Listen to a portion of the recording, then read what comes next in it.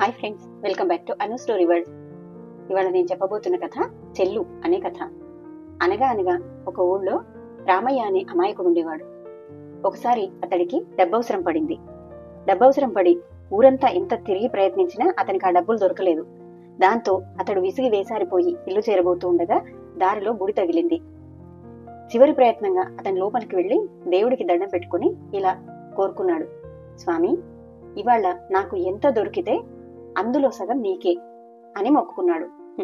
విచిత్రంగా ఆ రోజు అతను పొలంలో పనిచేసుకుంటూ ఉంటే ఏనాడిదో ఒక పాత సంచి దొరికింది. అందులో 1000 రూపాయలున్నాయి.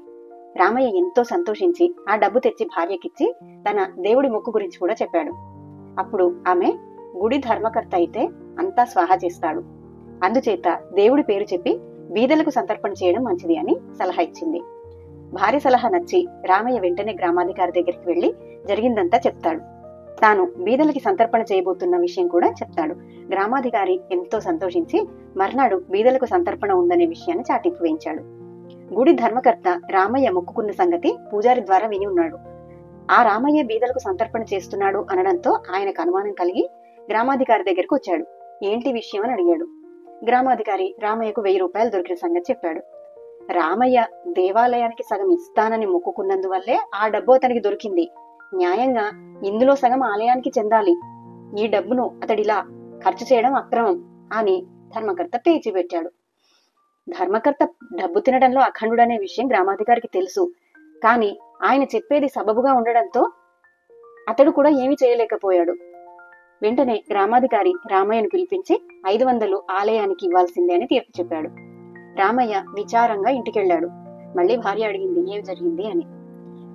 జరిగిందంతా చెప్పి, బీద వాళ్ళకి సంతర్పణ చేయడం అయితే చేస్తాను, మిగిలిన 500 నేను దేవాలయానికి ఇచ్చేస్తాను అని చెప్తాడు. అప్పుడు రామయ్య భార్యకు ఒక ఐడియా వచ్చింది. అది రహస్యంగా భర్తకి చెప్పింది. మర్నాడు ఆ గ్రామంలో పేదలకి సంతర్పణ బ్రహ్మాండంగా జరిగింది. కాని రామయ్య ధర్మకర్తకు 500 తెచ్చి ఇయ్యలేదు. ఒళ్ళుమండిన ధర్మకర్త గ్రామాధికారి వద్దకు వచ్చి మళ్లీ ఫిర్యాదు చేశాడు.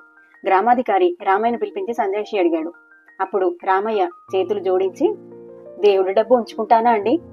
ఇవ్వాలనే అనుకున్నాను, కానీ మరి ఇంకేమైంది, ఎందుకు ఆలస్యం అన్నాడు.